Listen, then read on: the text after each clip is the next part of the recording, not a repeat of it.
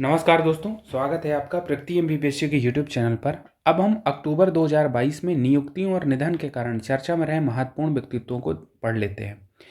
नियुक्तियों के कारण चर्चा में रहे महत्वपूर्ण व्यक्तित्वों में सबसे पहला नाम न्यायाधीश डी.वाई. चंद्रचूड़ से संबंधित है।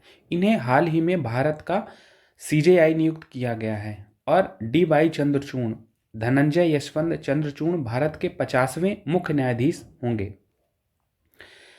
अगर हम इनके कार्यकाल की बात करें तो इनका कार्यकाल लगभग 2 वर्ष का है, जो प्रारंभ होगा 9 नवंबर 2022 से 10 नवंबर 2024 तक। लगभग 2 वर्ष का कार्यकाल इनका रहेगा। इससे पहले जो भारत के सीजेआई रहे हैं, चीफ जस्टिस ऑफ इंडिया, 49वें कौन थे? यू ललित, उदय उमेश ललित, ये 49वें सीजेआई रहे हैं भारत के, और ये लगभग 74 दिन भारत के सीजेआई के पद पर रहे, 27 अगस्त 2022 से 8 नवंबर 2022 तक। अब अगर हम डी.वाई. चंद्रचूड़ जी के बारे में कुछ बातें जानें तो इन्हें 2016 में सुप्रीम कोर्ट में न्यायाधीश नियुक्त किया गया था। इनके पिता का नाम क्या है? न्यायमूर्ति यशवंत विष्णु चंद्रचूड़, यशवंत विष्णु चंद्रचूड़। अब ये क्यों इंपॉर्टेंट हमारे एग्जाम के लिए? तो ये 1978 से 85 तक लगभग 7 वर्षों तक भारत के चीफ जस्टिस ऑफ इंडिया रहे और देश में सर्वाधिक समय तक सीजेआई रहने का रिकॉर्ड डी.वाई. चंद्रचूड़ के पिता यशवंत विष्णु चंद्रचूड़ के नाम पर है। तो ये बातें ध्यान रखनी है। अगर पूछा जाएगा कि भारत में अभी वर्तमान सीजेआई कौन है, तो डी.वाई. चंद्रचूड़, धनंजय यशवंत चंद्रचूड़ 50वें सीजेआई हैं। इससे पहले कौन थे? यू ललित, उदय उमेश ललित 49वें थे। इनका कार्यकाल 8 नवंबर को समाप्त हो गया और 9 नवंबर से 2022 से 10 नवंबर 2024 तक के कार्यकाल के लिए डी.वाई. चंद्रचूड़ भारत के नए सीजेआई रहेंगे। अगले व्यक्तित्व हैं लालू प्रसाद यादव। अक्टूबर 2022 में चर्चा में क्यों रहे? क्योंकि इन्हें राष्ट्रीय जनता दल आरजेडी का अध्यक्ष नियुक्त किया गया है 12वीं बार। 5 जुलाई 1997 को आरजेडी राष्ट्रीय जनता दल की स्थापना हुई थी। कब? जुलाई 1997 में। और पार्टी की स्थापना से ही अब तक इसके अध्यक्ष लालू प्रसाद यादव ही रहे हैं। तो अगर पूछा जाएगा कि आरजेडी के वर्तमान अध्यक्ष कौन है? लालू प्रसाद यादव। और हाल ही में चर्चा में क्यों रहे? क्योंकि इनको 12वीं बार आरजेडी का अध्यक्ष नियुक्त किया गया है अक्टूबर 2022 में। चलते हैं आगे, अगले व्यक्तित्व देखते हैं। अगले व्यक्तित्व हैं एम.के. स्टालिन। ये तमिलनाडु के सीएम हैं। अब ये चर्चा में क्यों रहे हैं? क्योंकि इन्हें डीएमके का अध्यक्ष पुनर्निर्वाचित किया गया है लगातार दूसरे कार्यकाल के लिए।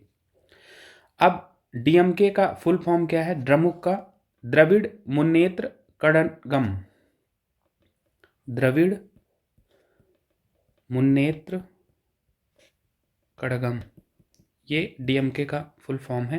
तो डीएमके के अध्यक्ष कौन है? MK. Stalin. MK. Stalin Tamil Nadu के सीएम हैं और इनके पिता का नाम एम करुणानिधि था, वो भी तमिलनाडु के सीएम रह चुके हैं। अगले व्यक्तित्व हैं ब्रिगेडियर बी.डी. मिश्रा। इन्हें मेघालय के राज्यपाल का अतिरिक्त प्रभार दिया गया है अक्टूबर 2022 में और ये अरुणाचल प्रदेश के राज्यपाल हैं। Brigadier BD. जो मिश्रा हैं अरुणाचल प्रदेश के राज्यपाल हैं, उन्हें मेघालय के राज्यपाल का अतिरिक्त प्रभार दिया गया और इसीलिए चर्चा में रहे हैं। मेघालय के राज्यपाल कौन रहे हैं? सत्यपाल मलिक, जो 9 अक्टूबर 2022 को इनका कार्यकाल पूरा हो गया और मेघालय के राज्यपाल का अतिरिक्त प्रभार ब्रिगेडियर बी.डी. मिश्रा जी को दिया गया। तो ये बातें ध्यान रखनी है। अगले व्यक्तित्व हैं हमारे मृत्युंजय कुमार नारायण। ये आईएएस अधिकारी हैं और इन्हें भारत का महापंजीयक एवं जनगणना आयुक्त नियुक्त किया गया है, registrar general and census commissioner of India. इन्होंने विवेक जोशी का स्थान लिया है। तो ये बातें ध्यान रखनी। अगर पूछा जाएगा कि भारत का महापंजीयक एवं जनगणना आयुक्त कौन है, तो मृत्युंजय कुमार नारायण ये आईएएस अधिकारी रहे हैं। अगले व्यक्तित्व हैं डी राजा। डी राजा क्यों चर्चा में रहे हैं? डी राजा को भारतीय कम्युनिस्ट पार्टी का महासचिव बनाया गया है और ये लगातार दूसरा कार्यकाल है इनका। ये जुलाई 2019 से भारतीय कम्युनिस्ट पार्टी के महासचिव रहे हैं और 8 अक्टूबर 2022 को दूसरे कार्यकाल के लिए इन्हें पुनः भारतीय कम्युनिस्ट पार्टी का महासचिव नियुक्त किया गया। तो ये बातें ध्यान रखनी है कि जो व्यक्तित्व नियुक्तियों के कारण में चर्चा में रहे हैं। चलते हैं आगे और अगली बात देखते हैं। अब हम निधन के कारण चर्चा में रहे महत्वपूर्ण व्यक्तित्वों के बारे में पढ़ लेते हैं। इसमें सबसे पहला नाम मुलायम सिंह यादव जी का है। मुलायम सिंह यादव समाजवादी पार्टी के संरक्षक रहे हैं और 10 अक्टूबर 2022 को अस्वस्थता के कारण 83 वर्ष की आयु में इनका निधन हो गया। अगर हम मुलायम सिंह यादव के बारे में कुछ बातें जानें तो जैसा कि हमने बात की कि समाजवादी पार्टी के संस्थापक रहे हैं और 1992 में समाजवादी पार्टी की इन्होंने स्थापना की थी। ये 3 बार यूपी के सीएम रहे हैं और नेताजी के नाम से लोकप्रिय रहे हैं। 1996 से 98 के बीच केंद्र में एच.डी. देवगौड़ा के नेतृत्व वाली संयुक्त मोर्चा सरकार में ये रक्षा मंत्री भी रहे हैं। ये 10 बार यूपी विधानसभा के लिए और 7 बार लोकसभा के लिए निर्वाचित हुए। तो ये बातें ध्यान रखनी है मुलायम सिंह यादव जी के बारे में। चलते हैं आगे और अगले व्यक्तित्व को देखते हैं। हमारे अगले व्यक्तित्व हैं शेखर जोशी। शेखर जोशी हिंदी साहित्यकार रहे हैं और 4 अक्टूबर 2022 को 90 वर्ष की आयु में इनका निधन हो गया। अब हिंदी साहित्यकार के रूप में अगर इनकी कुछ रचनाओं की बात करें तो एक रचना इनकी हलवाहा, दूसरी है आदमी का डर। कुछ और रचनाओं में अगर हम बात करें तो कोसी का घटवार, साथ के लोग, ये सब इनकी रचनाएं हैं। अगर पूछा जाएगा शेखर जोशी के बारे में तो हम ये ध्यान रखेंगे कि ये इनका संबंध हिंदी साहित्य से या हिंदी साहित्यकार रहे हैं। ये अगले व्यक्तित्व हैं इस्माइल श्रॉफ। ये बॉलीवुड फिल्म निर्देशक रहे हैं और 26 अक्टूबर 2022 को 62 वर्ष की उम्र में इनका निधन हो गया। तो इनके बारे में ये बात ध्यान रखनी है।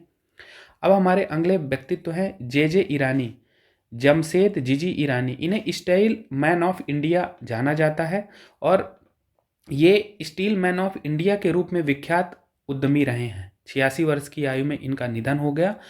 अगर एग्जाम में पूछा जाए कि स्टील मैन ऑफ इंडिया किसे कहा जाता है तो जे ईरानी, पूरा नाम है जमशेद जीजी ईरानी। अगर इनके बारे में कुछ और बातें जानें तो 1963 में शेफील्ड में ब्रिटिश रिसर्च एसोसिएशन में एक वरिष्ठ वैज्ञानिक अधिकारी के रूप में ये जुड़ते हैं। 1968 में भारत में टाटा आयरन एंड स्टील से जुड़ते हैं महाप्रबंधक, अध्यक्ष, डायरेक्टर, मैनेजिंग डायरेक्टर के रूप में। 1997 में ब्रिटेन की महारानी ने इन्हें नाइटहुड सम्मान से सम्मानित किया। नाइटहुड के सम्मान से सम्मानित किया ब्रिटेन की महारानी ने 1997 में। और 2007 में इन्हें भारत सरकार द्वारा पद्म भूषण सम्मान से सम्मानित किया गया। तो ये बातें हैं इनके बारे में। अगर पूछा जाएगा स्टील मैन ऑफ इंडिया किसे कहा जाता है तो जे ईरानी। तो इस प्रकार से निधन के कारण चर्चा में रहे महत्वपूर्ण व्यक्तित्वों के बारे में पढ़ा हमने। चलते हैं आगे। अब हम अक्टूबर 2022 में चर्चा में रहे पुरस्कार और सम्मान को पढ़ लेते हैं। इसमें सबसे पहली बात नोबेल प्राइज़ या नोबेल पुरस्कार 2022 के बारे में है। पहले हम कुछ नोबेल पुरस्कार के बारे में मूलभूत बातें जान लेते हैं, फिर देखेंगे कि 2022 के लिए विभिन्न श्रेणियों के लिए नोबेल पुरस्कार किन किन व्यक्तित्वों को दिए गए। नोबेल प्राइज़ की अगर हम बात करें तो इसकी स्थापना स्टॉकहोम स्वीडन में स्थित नोबेल फाउंडेशन द्वारा की गई। इस पुरस्कार की स्थापना 1895 में तैयार अल्फ्रेड नोबेल की अंतिम वसीयत के आधार पर की गई थी। अगर हम अल्फ्रेड नोबेल की बात करें तो ये स्वीडिश आविष्कारक और उद्यमी रहे हैं। इन्होंने डायनामाइट, धुआं रहित बारूद की खोज की थी। ठीक है, तो अल्फ्रेड नोबेल की जो अंतिम वसीयत है जिसे 1895 में तैयार किया गया था, उसके आधार पर नोबेल फाउंडेशन द्वारा नोबेल पुरस्कारों की स्थापना की गई थी। अब हम कुछ जानते हैं कि ये 6 श्रेणियों में दिए जाते हैं। 6 श्रेणियां कौन कौन सी हैं? 6 श्रेणियों की बात करें तो भौतिकी, रसायन विज्ञान, चिकित्सा, साहित्य और शांति, और 6ठी श्रेणी है अर्थशास्त्र के लिए दिए जाते हैं। अगर हम बात करें तो वर्ष 1901 में 5 श्रेणियों में पुरस्कार दिए जाते थे: भौतिकी, रसायन विज्ञान, फिजियोलॉजी या चिकित्सा विज्ञान, साहित्य और शांति। 6ठी श्रेणी जो है अर्थशास्त्र। अर्थशास्त्र के लिए 1969 में पहली बार पुरस्कार वितरित किए गए और इसकी स्थापना 1968 में हुई थी। इस छठी श्रेणी की स्थापना 1968 में हुई थी और 1969 में पहली बार अर्थशास्त्र के लिए पुरस्कार दिया गया। तो ये बात ध्यान रखनी है। और स्थापना की गई थी ये अर्थशास्त्र के लिए जो नोबेल पुरस्कार है 1968 में रॉयल बैंक ऑफ स्वीडन द्वारा। कुछ और बातें जानते हैं नोबेल पुरस्कार के बारे में, जैसे कि जो ये पुरस्कार है क्यों दिया जाता है या कैसे व्यक्तित्वों को दिया जाता है। तो यह पुरस्कार विगत वर्षों में मानव जाति के कल्याण के लिए सबसे बड़े कार्य करने वाले लोगों को प्रदान किया जाता है। पुरस्कार राशि कितनी है? 10 million Swedish kronor, million Swedish kronor. ये कितना हुआ? अगर भारतीय रुपए में इसको देखें तो ये 7.25 करोड़ रुपए हुए, और अगर हम इसे डॉलर में देखें तो ये 8.81 लाख अमेरिकी डॉलर हुए। अगर पूछा जाए कि नोबेल पुरस्कार में पुरस्कार राशि कितनी है तो 10 मिलियन स्वीडिश क्रोनर। पुरस्कार विजेताओं को लॉरिएट्स कहा जाता है। अब नोबेल पुरस्कार किसी एक को या अधिकतम 3 लोगों को एक साथ प्रदान किया जा सकता है। किसी एक को भी दिया जा सकता है, लेकिन 3 से ज़्यादा लोगों को नहीं दिया जाएगा। पुरस्कार का वितरण कब किया जाता है? 10 दिसंबर को। 10 दिसंबर को अल्फ्रेड नोबेल की पुण्यतिथि है। और कहाँ प्रदान किए जाते हैं ये? स्वीडन, स्टॉकहोम में प्रदान किए जाते हैं। स्टॉकहोम स्वीडन में पुरस्कार का वितरण 10 दिसंबर को होता है। 10 दिसंबर को क्या है? अल्फ्रेड नोबेल का पुण्यतिथि। लेकिन जो शांति का नोबेल पुरस्कार है वो नॉर्वे के ओस्लो में दिया जाता है, ये ध्यान रखना है, शांति का। चलते हैं आगे। अब हम बात करते हैं कि नोबेल पुरस्कार 2022 विभिन्न श्रेणियों में किस किस को मिला या किन व्यक्तित्वों को मिला। तो अर्थशास्त्र के लिए जो नोबेल पुरस्कार है वो अमेरिका के 3 अर्थशास्त्रियों को मिला। पहली अभी जो हमने बात की कि अर्थशास्त्र का नोबेल पुरस्कार, इसकी स्थापना कब हुई थी? 1968 में इसकी स्थापना हुई थी और 1969 में पहली बार दिया गया था। किसने स्थापित किया था? रॉयल बैंक ऑफ स्वीडन द्वारा इसकी स्थापना की गई थी और 1969 में पहली बार दिया गया था। अभी जो 2022 का इकोनॉमिक्स के लिए, अर्थशास्त्र के लिए नोबेल पुरस्कार है, अमेरिका के 3 अर्थशास्त्रियों को दिया गया। उनके नाम हैं Ben S Bernard, Douglas W Diamond और फिलिप एच डिब्बिग। अगर हम बेन एस बर्नार्ड के बारे में बात करें तो ये अमेरिकी फेडरल रिजर्व के अध्यक्ष रहे हैं 2006 से 2014 के बीच, अमेरिकी फेडरल रिजर्व के अध्यक्ष रहे। वहीं डगलस डब्ल्यू डायमंड, इनका संबंध शिकागो यूनिवर्सिटी से रहा है। वहीं फिलिप एच डिब्बिग का संबंध वाशिंगटन यूनिवर्सिटी से रहा है। अब इन्हें इकोनॉमिक्स का नोबेल पुरस्कार क्यों दिया गया? तो इन तीनों अर्थशास्त्रियों ने बैंकों और वित्तीय संकटों पर शोध किया और इसी शोध के लिए इन्हें वर्ष 2022 का इकोनॉमिक्स का, अर्थशास्त्र का नोबेल पुरस्कार दिया गया। अब अगर हम इनकी खोज के महत्व की ओर नज़र डालें तो जैसा इनकी खोज किससे संबंधित है? बैंकों और वित्तीय संकटों पर शोध के लिए है। तो इनके द्वारा किए गए शोध ने यह समझने में मदद की कि वित्तीय संकट के दौरान अर्थव्यवस्था में बैंकों की भूमिका क्या हो सकती है, किस प्रकार बैंकिंग विफलताएं स्वयं किसी वित्तीय संकट को बढ़ा सकती हैं, किस प्रकार बैंकों को फेल होने से बचाया जा सकता है और किस प्रकार वित्तीय बाजारों को विनियमित किया जा सकता है। तो ध्यान रखना है कि अगर पूछा जाएगा, हमारे एग्जाम में विगत वर्षों में ऐसे ही प्रश्न पूछे गए हैं कि सामान्य रूप से एक प्रश्न 2014 में शायद आया था कि रसायन विज्ञान के लिए किन किन वैज्ञानिकों को नोबेल पुरस्कार दिया गया। तो नाम से संबंधित प्रश्न ज़्यादा आए हैं कि किन व्यक्तित्वों को नोबेल पुरस्कार मिला, और कोई एक श्रेणी पूछ लेगा। तो लेकिन हम यहाँ पर थोड़ा डिटेल से डिस्कस कर रहे हैं। तो चलते हैं आगे और रसायन विज्ञान के लिए किन किन व्यक्तित्वों को मिला उनको देख लेते हैं। तो रसायन विज्ञान के क्षेत्र में जो नोबेल पुरस्कार मिला है वो 3 वैज्ञानिकों को मिला है। कौन कौन से हैं? कैरोलिन बर्टोजी अमेरिका के हैं, मॉर्टेन मेल्डॉल डेनमार्क के हैं, वहीं के बेरी शार्पलेस अमेरिका के हैं। क्यों दिया गया है इन्हें? इन्हें क्लिक केमिस्ट्री और बायो ऑर्थोगोनल केमिस्ट्री के विकास के लिए रसायन विज्ञान का नोबेल पुरस्कार दिया गया है। नाम क्या है? अमेरिका के कैरोलिन बर्टोजी, मॉर्टेन मेल्डॉल डेनमार्क के हैं और के बेरी शार्पलेस अमेरिका के हैं। वर्ष 2022 का नोबेल पुरस्कार रसायन विज्ञान के क्षेत्र में जिन व्यक्तित्वों को मिला है, उन्होंने क्लिक केमिस्ट्री और बायो ऑर्थोगोनल केमिस्ट्री के विकास में अपना योगदान दिया। समझने की कोशिश करते हैं कि क्लिक केमिस्ट्री क्या है।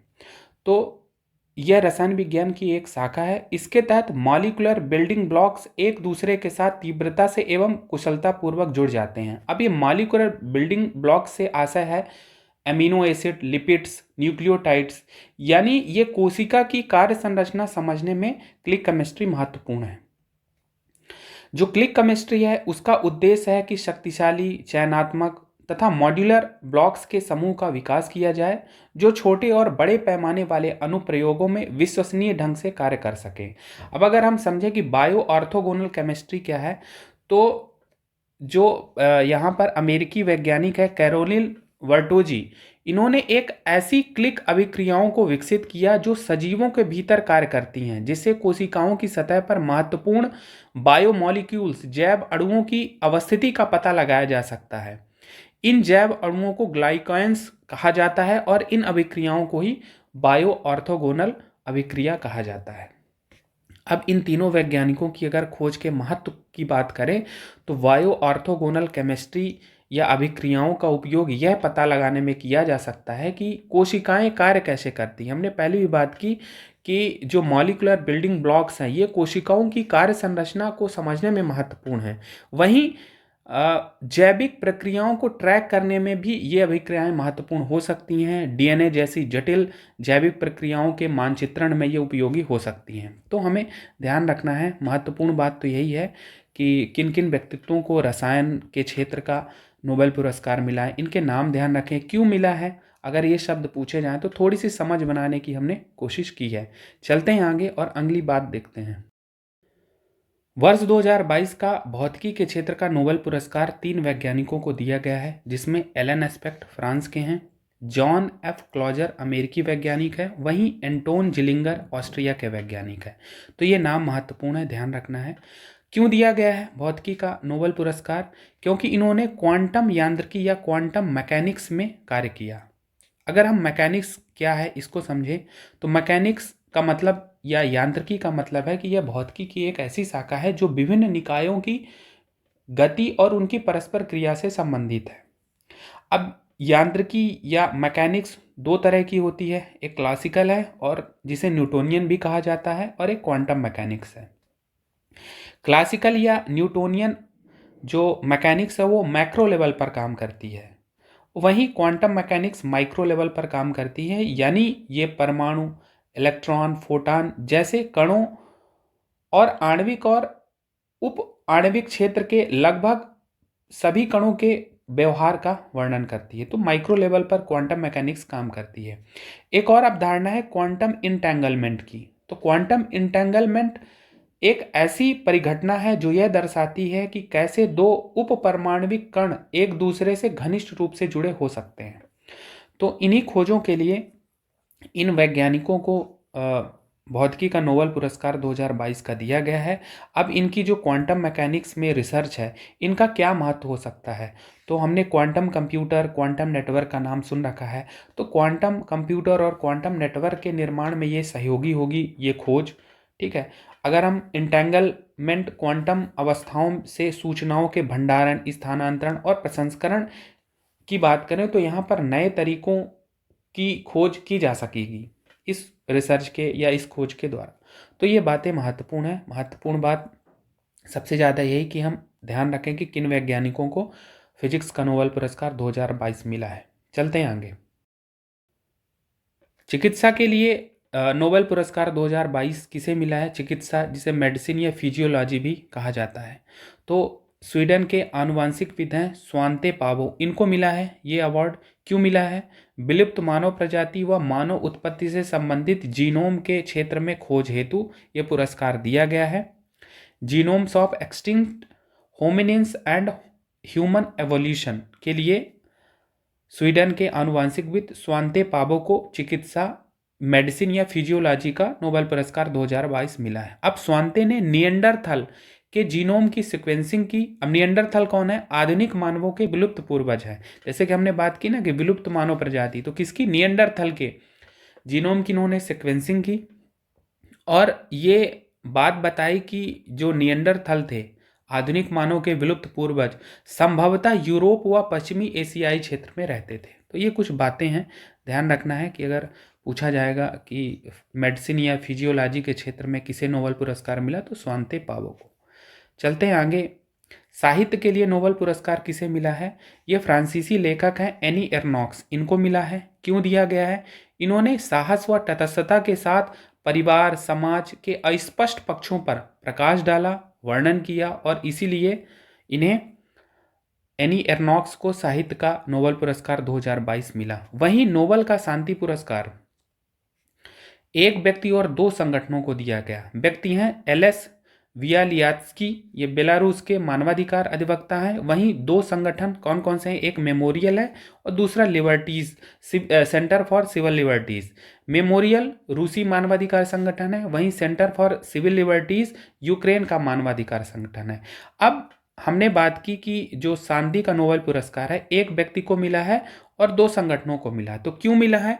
इन्हें मानवतावादी मूल्यों, सैन्यवाद विरोधी और कानून के सिद्धांतों के पक्ष में इनके निरंतर प्रयासों के लिए सम्मानित किया गया इन्हें। एक बात हमने समझी थी कि शांति का नोबेल पुरस्कार कहाँ वितरित किया जाता है? ओस्लो, नॉर्वे की राजधानी में। तो ये बातें ध्यान रखनी है। नोबेल पुरस्कार से संबंधित सबसे महत्वपूर्ण बातें हैं कि आप उन व्यक्तित्वों के नाम ध्यान रखिए जो विभिन्न श्रेणियों में पुरस्कार प्राप्त करता है। कुछ बेसिक बातें ध्यान रखिए कि नोबेल पुरस्कार किसकी याद में दिया जाता है, कब वितरित किया जाता है, कौन कौन सी श्रेणियां हैं। तो ये बातें महत्वपूर्ण हैं। नोबेल प्राइज़ से संबंधित किसी न किसी एग्जाम में हर बार नोबेल प्राइज़ से संबंधित प्रश्न पूछे गए हैं, तो इसको इम्पॉर्टेंट है पढ़ना। चलते हैं आगे। अगली बात बुकर पुरस्कार 2022 के बारे में है। बुकर प्राइज 2022 किन्हें दिया गया है? श्रीलंका के लेखक हैं सेहान करुणातिलका। इनका उपन्यास है the seven moons of Mali Almeida, और इस उपन्यास का विषय है एक मृत युद्ध फोटोग्राफर जो बाद के जीवन में एक मिशन पर है। तो ध्यान रखना है कि बुकर पुरस्कार 2022 की बात की जाएगी तो सेहान करुणातिलका जो कि श्रीलंका के लेखक हैं उनको दिया गया। अगर हम बुकर पुरस्कार की कुछ मूलभूत बातें जानें कि इसकी स्थापना कब की गई, क्यों दिया जाता है, तो बुकर पुरस्कार जो है ये साहित्य या उपन्यास लेखन के क्षेत्र में दिया जाता है। 1969 में इसकी स्थापना यूके में की गई थी। प्रारंभ में यह पुरस्कार राष्ट्रमंडल के लेखकों को ही दिया जाता था, लेकिन अब यह सभी मूल के लेखकों को दिया जाता है। किस श्रेणी में दिया जाता है? एक बात ध्यान रखना है कि प्रतिवर्ष अंग्रेजी भाषा में लिखी गई और यूके व आयरलैंड में प्रकाशित सर्वोच्च कृति की रचना करने वाले को दिया जाता है। ध्यान रखना है अंग्रेजी भाषा में लिखी जाए, अंग्रेजी भाषा में लिखी गई और इसका प्रकाशन कहाँ हो? यूके व आयरलैंड में। पुरस्कार राशि कितनी है? 50,000 पाउंड।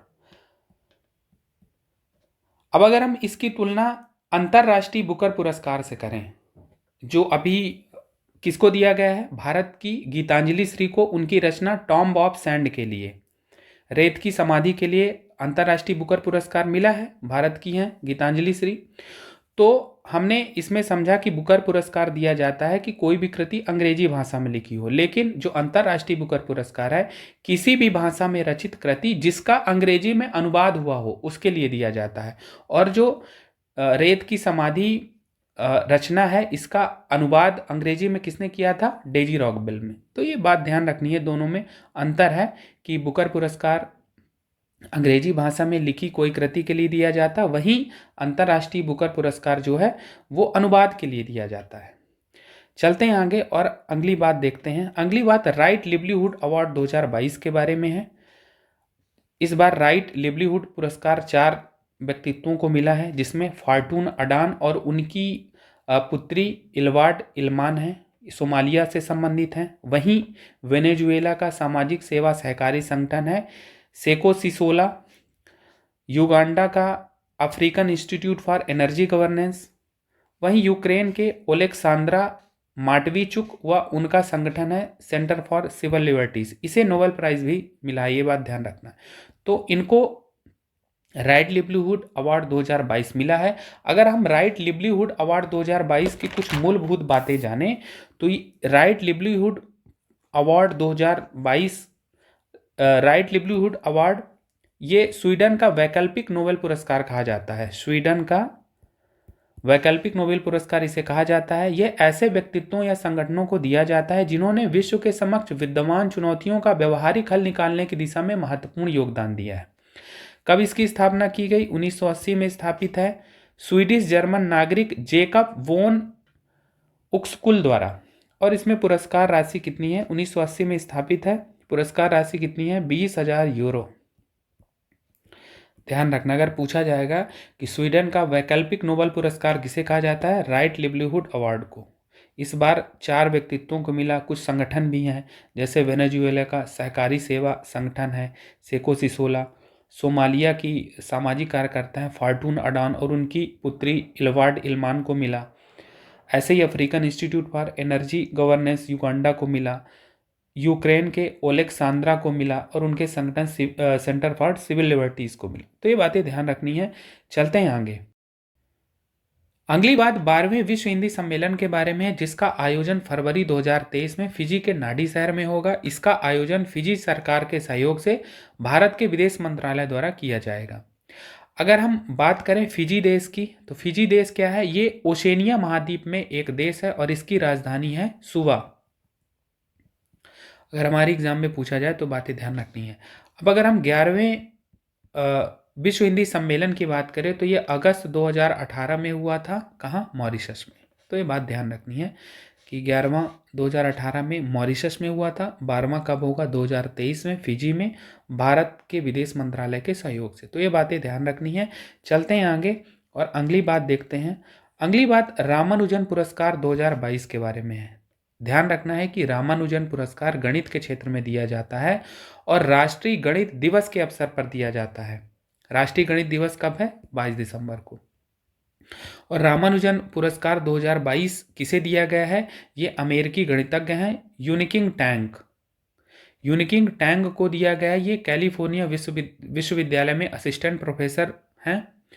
अब अगर हम रामानुजन पुरस्कार की बात करें तो इसकी स्थापना 2005 में हुई थी और इसकी स्थापना 2005 में हुई थी और एक किसके द्वारा? शस्त्र के द्वारा, SASTRA। अब ये शस्त्र का फुल फॉर्म क्या है? Shanmuga arts science technology research academy. ठीक है, तो अगर पूछा जाएगा कि रामानुजन पुरस्कार किसके द्वारा स्थापित है, तो शस्त्र संगठन है। गणित के क्षेत्र में दिया जाता है रामानुजन पुरस्कार और 32 वर्ष या उससे कम आयु के व्यक्तियों को ही दिया जाता है। पुरस्कार कितनी है? 10,000 अमेरिकी डॉलर। तो ये बातें ध्यान रखनी है। रामानुजन पुरस्कार 2022 के बारे में। राष्ट्रीय गणित दिवस कब मनाया जाता है? 22 दिसंबर को। अभी इस बार का रामानुजन पुरस्कार किसे मिला है? यूनिकिंग टैंग को। ये कौन है? ये अमेरिकी गणितज्ञ हैं। तो ये बातें ध्यान रखनी है। तो इस प्रकार से आज हमने अक्टूबर 2022 में चर्चा में रहे महत्वपूर्ण व्यक्तित्वों को पढ़ा और पुरस्कार और सम्मान पढ़े। खासकर हमने नोबेल पुरस्कार को पढ़ा जो हमारी एग्जाम के लिए से बहुत महत्वपूर्ण है। तो आज की क्लास में फिलहाल इतना ही। धन्यवाद।